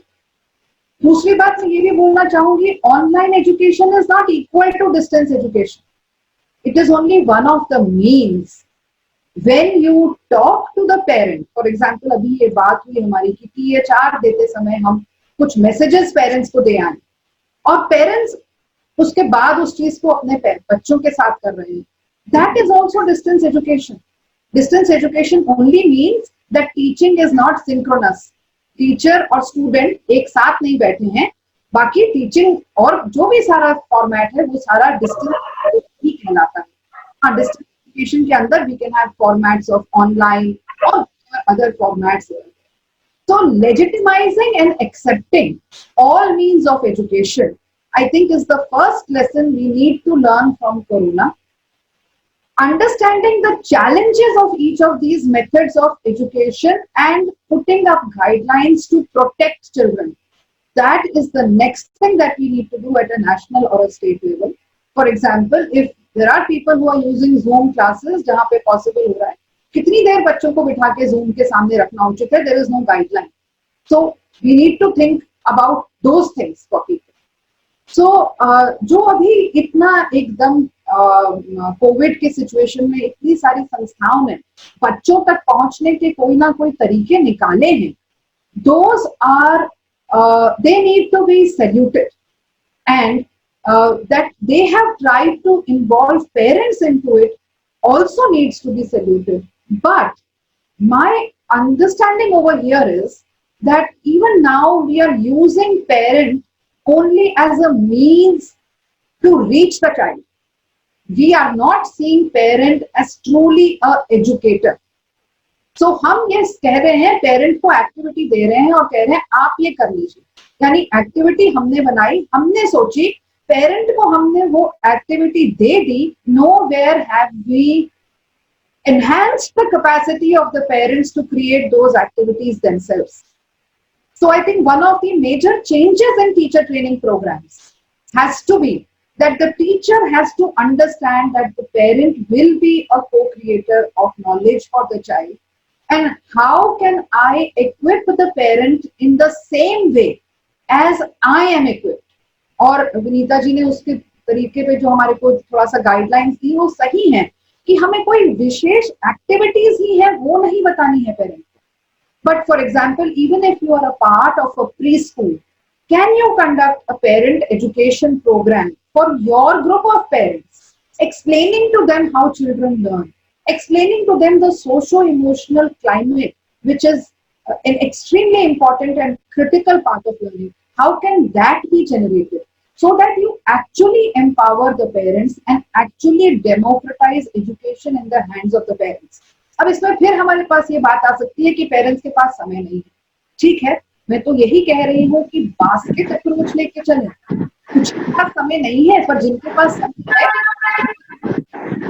समय नहीं है उनके लिए क्या हम और विकल्प भी इसमें सोच सकते हैं. परंतु we need teacher programs and understanding, and even if we are talking about imparting training with Anganwadi workers, where we are equipping them with messages directly, even this role can be through the supervisor or the CDPOs who provide this training to the Anganwadi workers or who make a contact with the parents in their community, which can be WhatsApp, it can be IVS, it can be IVRS, it can be SMS, और जो पूरा एक radio का जो पूरा माध्यम है, जो मुझे कुछ ही स्टेट्स ने शायद ये किया है, पर मुझे ये याद है कि हम जब मैं बड़ी हो रही थी, एक चुनमुन करके एक प्रोग्राम आया करता था, and it was for 15 minutes, but we used to really tune into this chunmun program, and we used to listen to it. So at a national level, we need messages of parent education, even by people who are celebrities, I would say. Where अभी हम देखते हैं कि कुछ 1000 days के ऊपर messages आते हैं television. But how can parents be teachers of their child? एक बच्चे की curiosity, एक बच्चे की desire to explore, ये किस तरीके से parents अपने आप ही without being, without waiting for somebody to send you an SMS of an activity, can parents do that? And over here, जो अभी तक जो हमारे frontline workers हैं, they have been at the receiving end of all this wisdom. हम उनको समझाते हैं कि बच्चे कैसे सीखते हैं. अब ये नेक्स्ट लेवल का काम के लिए हमें उन्हें ट्रेन करना है कि वो पेरेंट्स को समझाएं कि बच्चे कैसे सीखते हैं. ये अब तक ज्यादातर नहीं किया है हमने यही करा है कि पेरेंट मीटिंग में अगर आंगनबाड़ी जाती भी है तो कुछ एक एक्टिविटी बताती है. But I think as a nation this may take time, this will take time. It is not something which will happen in अगले 10 दिन में, अगले 2 महीने में, अगले 1 साल में इस तरीके का हो जाएगा. पर हमारा जो ये माइंडसेट है of getting parents truly into collaboration as a teacher along with the child's teacher, this message has to come through different platforms, even national platforms, through one-to-one training programs, through community-based training programs, through radios, or through whatever else mechanism that we have. और ये सब जो चीजें हैं ये बहुत ही localized. You may plan at the level, at a national level, but the implementation of this has to be according to the convenience of the parents in your local community, and it has also to be in a way which is neither stressful for the teacher. वो teacher कोई भी हो सकती है, private school में teacher हो सकती है या आंगनबाड़ी वर्कर हो सकती है, and neither be stressful for the child. क्योंकि खासकर अर्ली चाइल्डहुड में इस समय हम कुछ बहुत ऐसा समय, अगर 6 महीने बच्चे एक फॉर्मल स्कूल में नहीं भी आएंगे तो उनका बहुत ऐसा मिस नहीं होगा if the environment at home, parents are able to cater to children's socio-emotional needs without violence and can provide even small opportunities for exploration. So, जो on the other hand जो हमारे ये ऑनलाइन क्लासेस इतना बच्चों को daily syllabus complete कराना और आज का हमारे ये सिलेबस कंप्लीट होना है, उसमें जो वो है, this thing can needs an approach at the national level. वरना जो अब तक ECE में आया है वही होता रहेगा. हर कोई अपनी मर्जी से ही सब कुछ करता रहेगा. जो जिसको जो समझ आ रहा है, अपने लिमिटेड पर्सपेक्टिव से जिसको जो समझ आ रहा है वो उसी के ऊपर काम करता रहेगा और एक वर्ल्ड व्यू बनाते हुए यह नहीं कर पाएगा. So for example, you have 1 minute to go. Okay, so it is fine. I have I think said what I mostly wanted to say. और दूसरा हम ये भी देखें कि हम अगले 2-4 महीनों में ऐसा भी नहीं सोच रहे हैं कि चलो 6 महीने तक भी मान ले स्कूल नहीं खुले, या उसके बाद भी if schools open, even if they do not open for every day, we can think in terms of twice a week classes or twice a week attendance in the Anganwadi children, in the Anganwadi center, even for the children. So yani it is a blended approach. You have some face-to-face contact with children, even physical face-to-face contact. If you have a large attendance in the Anganwadi, this can be broken up. But we need to plan and work towards using both in the long, in the immediate short term, in the near future of 6 months, and again within the next 1 year scenario, what we are happening. So either और के terms में जो हम थोड़ा बात करते हैं, school खुलेंगे या नहीं खुलेंगे, स्कूल एक दिन के लिए खुल सकते हैं, कुछ टाइम के लिए खुल सकते हैं, which can give the young children, because after all for young children some degree of online या distance education मैं कहूँगी, online भी नहीं कहूँगी, distance education can be supported very well with some degree of face to face contact. तो वो some degree of face to face contact हम किस प्रकार का बता सकते हैं कि हमें अपने टीचर प्रेपरेशन को इसमें स्ट्रेंथन करने के लिए टीचर को वो युक्तियां बतानी पड़ेंगी कि खुद भी वो कैसे, जब लिमिटेड टाइम में पेरेंट बच्चों के साथ है, what is the content that she should deliver to the children at that time, और जो बाकी 3 दिन बच्चों ने नहीं आना है और घर पे हैं, व्हाट इज द मटेरियल और what are the directions for parents that can be told to them without stressing the parents too much. A lot of things can be adapted even to the home situation if you are not worried about syllabus completion. If you focus on holistic development, I will conclude here. Thank you. Thank you very much doctor Rekha. बहुत ज़रूरी point ये है कि जब हम बच्चों की हकों की बात कर रहे हैं, और ख़ास करके इस समय जब हम बच्चों की इनविजिबल राइट्स की बात कर रहे हैं, ये समझना बहुत ज़रूरी है कि छोटे बच्चों के संदर्भ में हम इंटीग्रेटेड राइट्स की बात करते हैं, क्योंकि at that age children grow and develop through an integrated set of rights and their needs of health, nutrition, care, protection and education. और उस इंटीग्रेटेड अप्रोच के लिए बच्चे बहुत हद तक उस उम्र में पेरेंट्स के ऊपर या उनके एजुकेटर्स के ऊपर और टीचर्स के ऊपर एंड अदर अडल्ट्स के ऊपर डिपेंड करते हैं. मैं ये इसलिए कह रही हूँ क्योंकि मैं चैट बॉक्स में ये भी बार बार कमेंट देख रही हूँ कि हम इनविजिबल राइट्स की कहाँ बात कर रहे हैं, हम पेरेंट्स की क्यों बात कर रहे हैं या आंगनवाड़ी वर्कर्स की क्यों बात कर रहे हैं.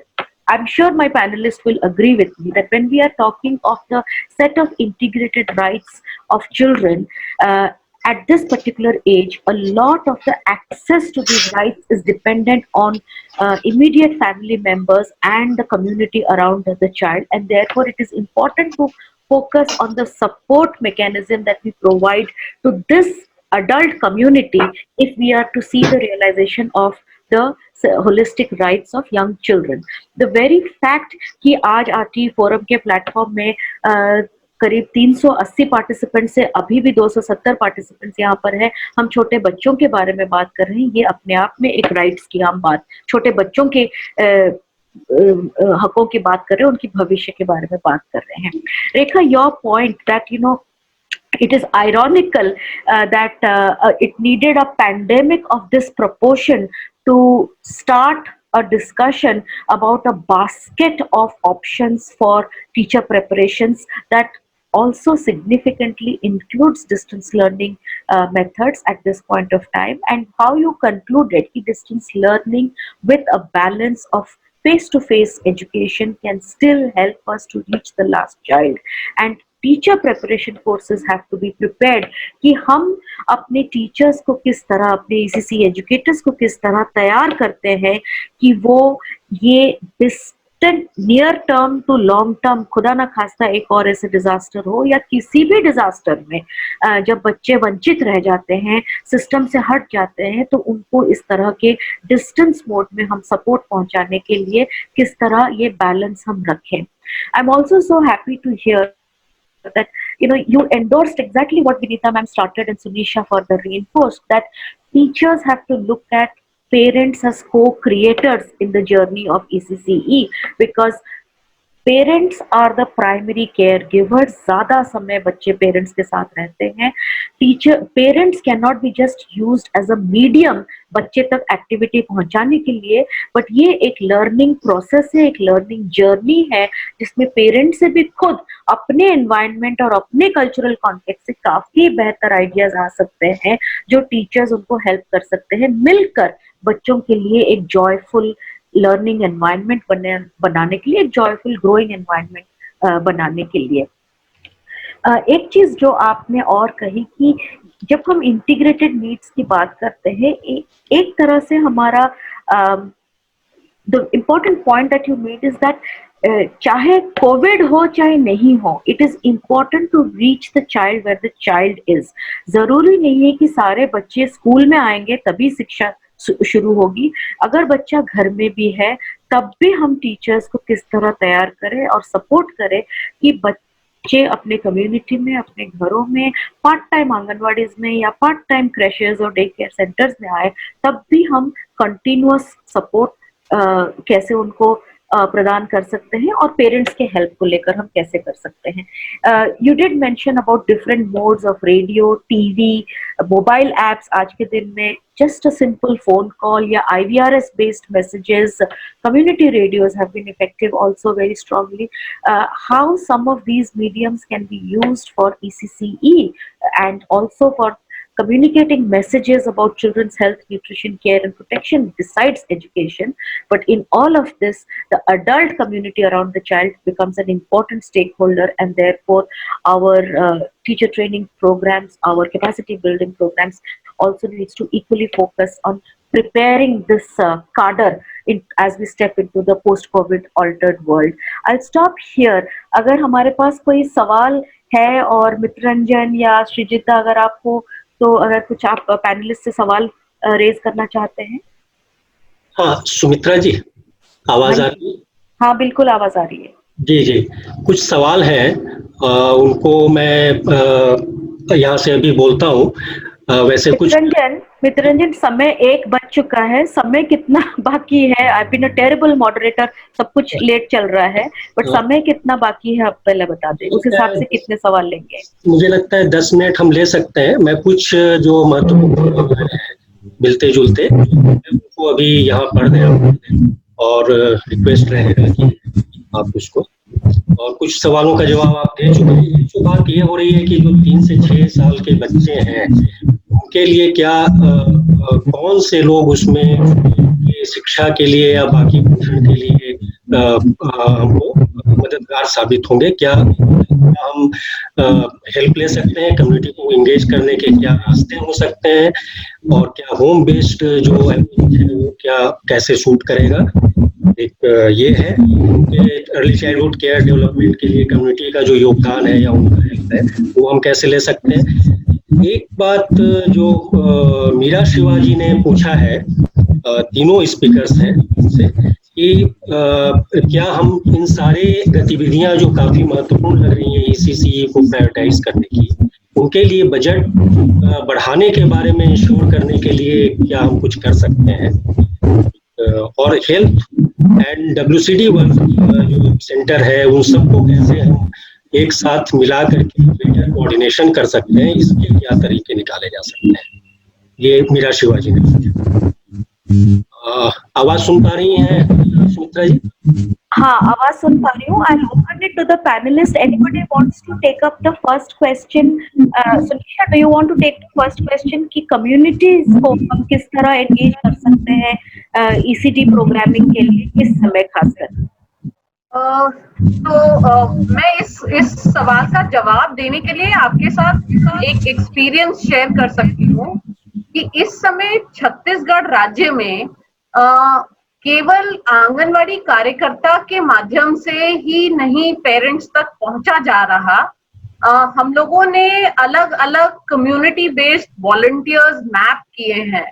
अर्बन कॉलेजेस के NSS के स्टूडेंट्स से शुरुआत करते हुए गांव के स्तर पर जो वॉलंटियर्स हमें मिल सकते हैं उनके साथ मिलकर के अलग अलग कार्यक्रम इस समय चल रहे हैं छत्तीसगढ़ के कुछ जिलों में।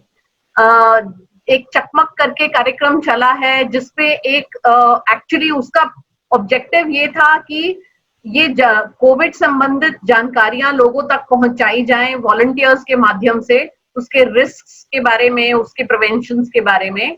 उसके अलावा इन वॉलंटियर्स के माध्यम से बहुत सारी ऐसी मैसेजेस पेरेंट्स और पेरेंट्स तक पहुंचाई गई हैं और पेरेंट्स ने हमें बहुत फीडबैक दिया है इसमें।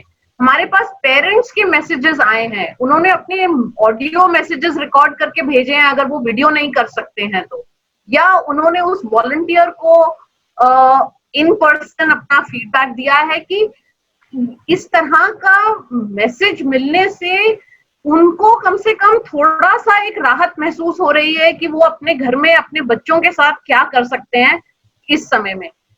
इसके अलावा कुछ जिलों में again through community based volunteers सीख करके एक कार्यक्रम चल रहा है छत्तीसगढ़ में, जिसके माध्यम से प्री स्कूल से लेकर के 10 साल तक के बच्चों की पढ़ाई के लिए मदद ली जा रही है। तो हर वॉलंटियर लगभग 3 से 5 बच्चों के साथ लिंक्ड हैं और वो इन बच्चों के साथ गतिविधियां करते हैं, उनके पेरेंट्स को विजिट करते हैं, उनके पेरेंट्स से बातचीत कर रहे हैं।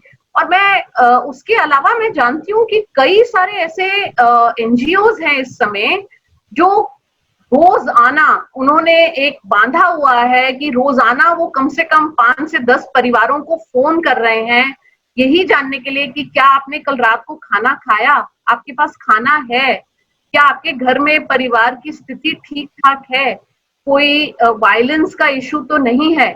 तो इस तरह के अलग अलग आउटरीच कार्यक्रम हो रहे हैं। And to quickly come to the point about funding, I think we will all have to collectively continue to raise our voice regarding increased investments in younger children, as well as that this COVID example has shown us that when future disaster risk mitigation plans are made, plans should include children below the age of 6 years. So I think those are two things that I wanted to say. Thank you, Sumitra. Very important, Sunisha, that you underlined the future preparation for disaster response and including under 6, because that's been completely missing from our disaster response plans in the country. So at least this should teach us a lesson how to include those children.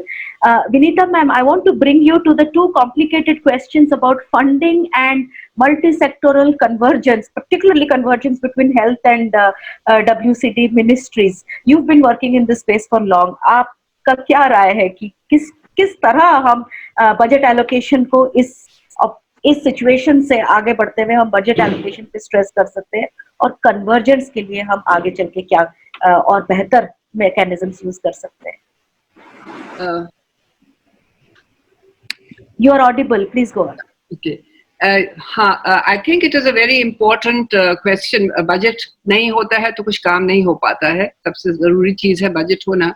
और खास तौर पे अगर हमें किसी चीज पे focus करना है और हमारा सारा जो उद्देश्य है वो इसको अर्ली चाइल्डहुड डेवलपमेंट को पे फोकस लाना है, तो उसके लिए बजट प्रोविजन होना तो बहुत ही आवश्यक है।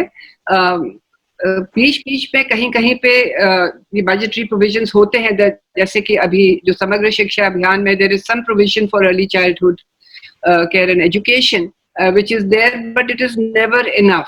सो लेकिन ये है कि इस जहाँ तक बजट का सवाल है, एक तो हमें ये बात ध्यान में रखने की है कि कॉन्टेक्स्ट पे बहुत वेरिएशन है। तो हमें जो भी बजट अक्सर दिया भी जाता है थोड़ा बहुत, तो उसमें भी बहुत स्ट्रिक्ट नॉर्म्स होते हैं कि इस तरह अप्लाई करना है, उस तरह करना है, और उससे कई बार वो बजट यूटिलाइज भी नहीं होता है। तो इसलिए काफी अगर फ्रीडम दी जाए स्टेट्स को कि वो किस तरह से वो बजट को यूटिलाइज कर सके, और इसके लिए of course to get adequate budget, अभी हम एजुकेशन के लिए जनरली हम कह रहे हैं 3% 6% होना चाहिए, वो ही नहीं हो पा रहा है। उसके अंदर अगर हम अर्ली चाइल्डहुड के लिए भी साथ साथ एम्फसाइज करें कि I think the important thing is कि द गोल्स और the objectives of the right to education for school education cannot be met until we meet the rights of children at this age. ये जो message हमें देना बहुत जरूरी है, जिससे कि ये बजटरी प्रोविजन पे प्रायोरिटी इसको मिल सके।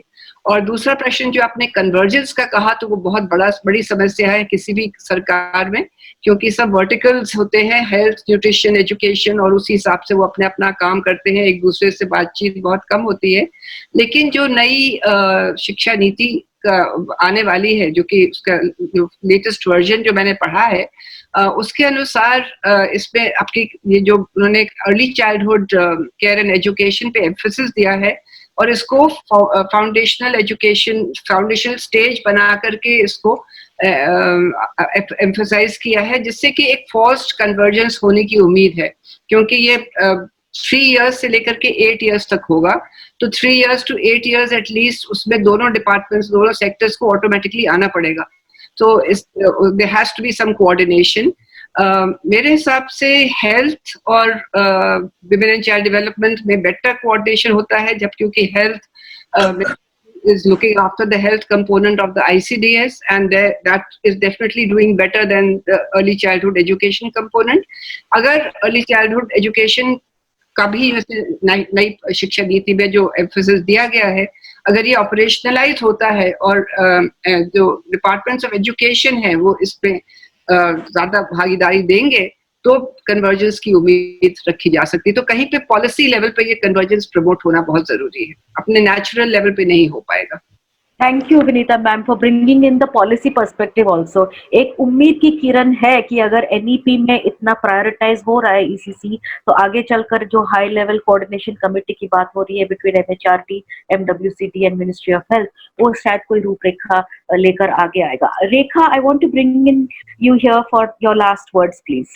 मुझे ये कहना है Sumitra, even to the whole of Right to Education Forum and specifically to all of us as Alliance for the Right to Early Childhood Education, I think we need to come out with some sort of a position paper or whatever, some sort of an alternative paper which talks about strategies for education of children, multiple strategies of education. Because right now what's happening is that in the absence of face-to-face education, the only thing people are talking about is online education.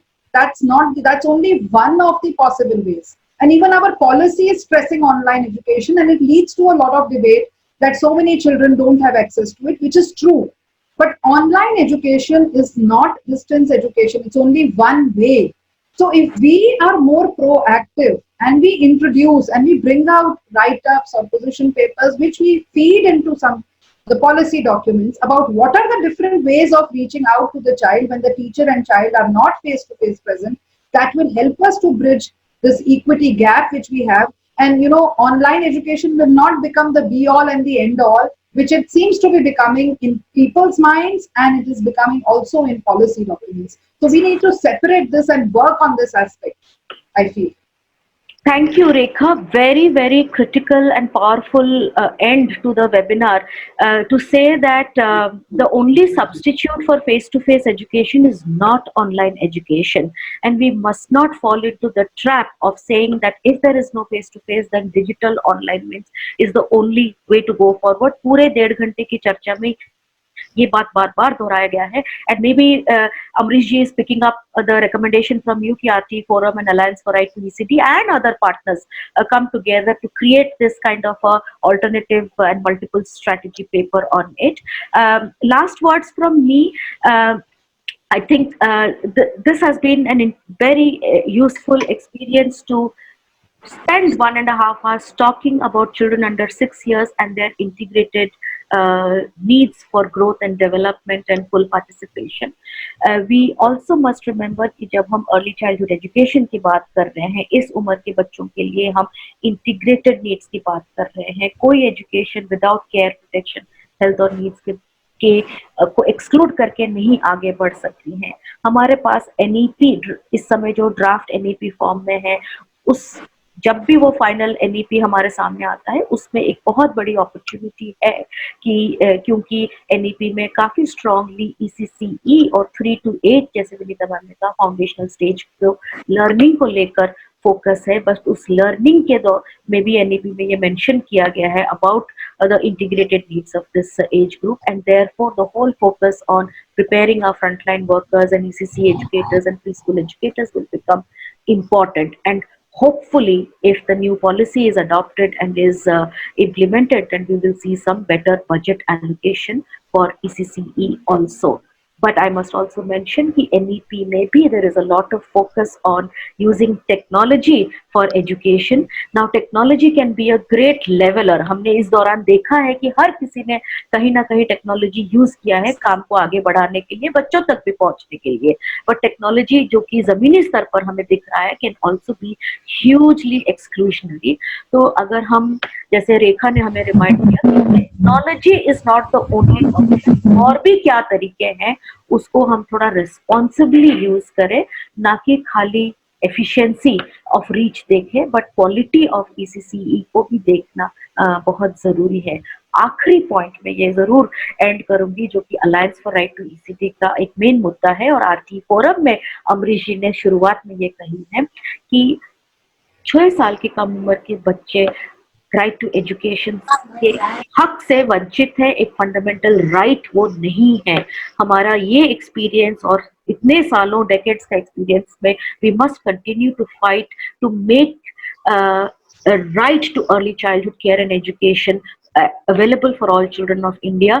क्योंकि इस Covid के दौरान भी हमने देखा हमारे पास नाफसा नेशनल फूड सिक्योरिटी एक्ट एक लीगल राइट है, जिसके बेसिस पर हमने सरकार को सवाल किया कि PDS का कवरेज क्यों नहीं बढ़ रहा है, या मनरेगा के अंदर एक राइट टू वर्क लोगों के पास है, एक जस्टिसेबल राइट है, जिसकी वजह से सरकार तक ये बात पहुंची और सरकार ने मनरेगा के प्रोविजंस को बढ़ाया, फंडिंग और बजट भी बढ़ाया. इसलिए हम समझते हैं कि जब तक right to early childhood care education एक जस्टिसेबल राइट नहीं होगा, तब तक हम बच्चों की इनविजिबल राइट्स को इसी तरीके से छोटे छोटे प्लेटफॉर्म और छोटे छोटे ग्रुप्स में ही हम बात करते रहेंगे, और ये लड़ाई काफी पुरानी है.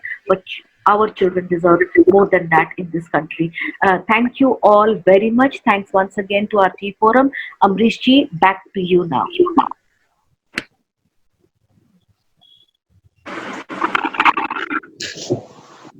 साथियों, बहुत बहुत धन्यवाद आपको पार्टिसिपेट करने के लिए.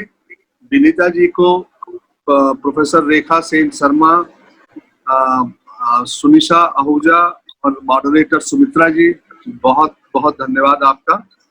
और ये हमारे लिए एक बहुत मौका है कि RT फोरम के मंच से इसे का सवाल उठाया गया, और हम एक हिस्से हैं, क्योंकि हमने बहुत लंबे समय से एक लड़ाई जारी रखी है कि सारे बच्चे किसी भी एज ग्रुप के हों, 0 से 18 साल तक के बच्चे, उनको एक फंडामेंटल राइट मिलना चाहिए, उनके लिए पब्लिक फंड एलोकेट होना चाहिए, और उनके इंस्टीट्यूशंस स्ट्रेंथन होने चाहिए.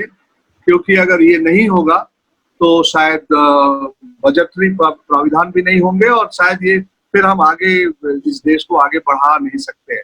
तो इसलिए हम लोगों ने ये लगातार इस लड़ाई को जारी रखा है, और मुझे खुशी है कि नेशनल एजुकेशन पॉलिसी ने इसको समझा है और 18 साल तक के बच्चों का अधिकार लाने की कोशिश की है RT के अंदर, और ये बहुत बड़ी विजय होगी.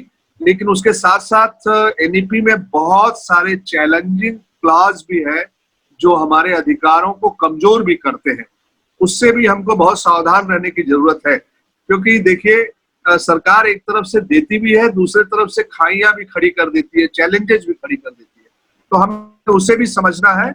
उपलब्धियों के लिए जश्न मनाना ठीक है, लेकिन चुनौतियों को समझना और उसका जवाब देने की तैयारी करना और उसको ओवरकम करने की कोशिश हमें लगातार करते रहना होगा. और मैं समझता हूँ कि ये बात हमारे जितने एक्टिविस्ट हैं वो सब लोग समझते हैं, क्योंकि इतनी लंबी लड़ाई के बाद जो सीमित कानूनी अधिकार मिला राइट टू एजुकेशन 6 से 14 साल के बच्चों के लिए, 10 साल में उसका अमल सिर्फ 12.7% हो पाया है. अभी भी 9 लाख वैकेंसी है, टीचर वैकेंसी है, पीने का पानी नहीं है, क्लासरूम नहीं है सफिशिएंट, टीचिंग लर्निंग मटेरियल नहीं है, बहुत सारी. और फंड की तो बात ही मत कीजिए. 50 साल पहले कोठारी साहब ने 6% खर्च करने की बात की थी, और हम 3.4% के इर्द गिर्द पैसे खर्च कर रहे हैं.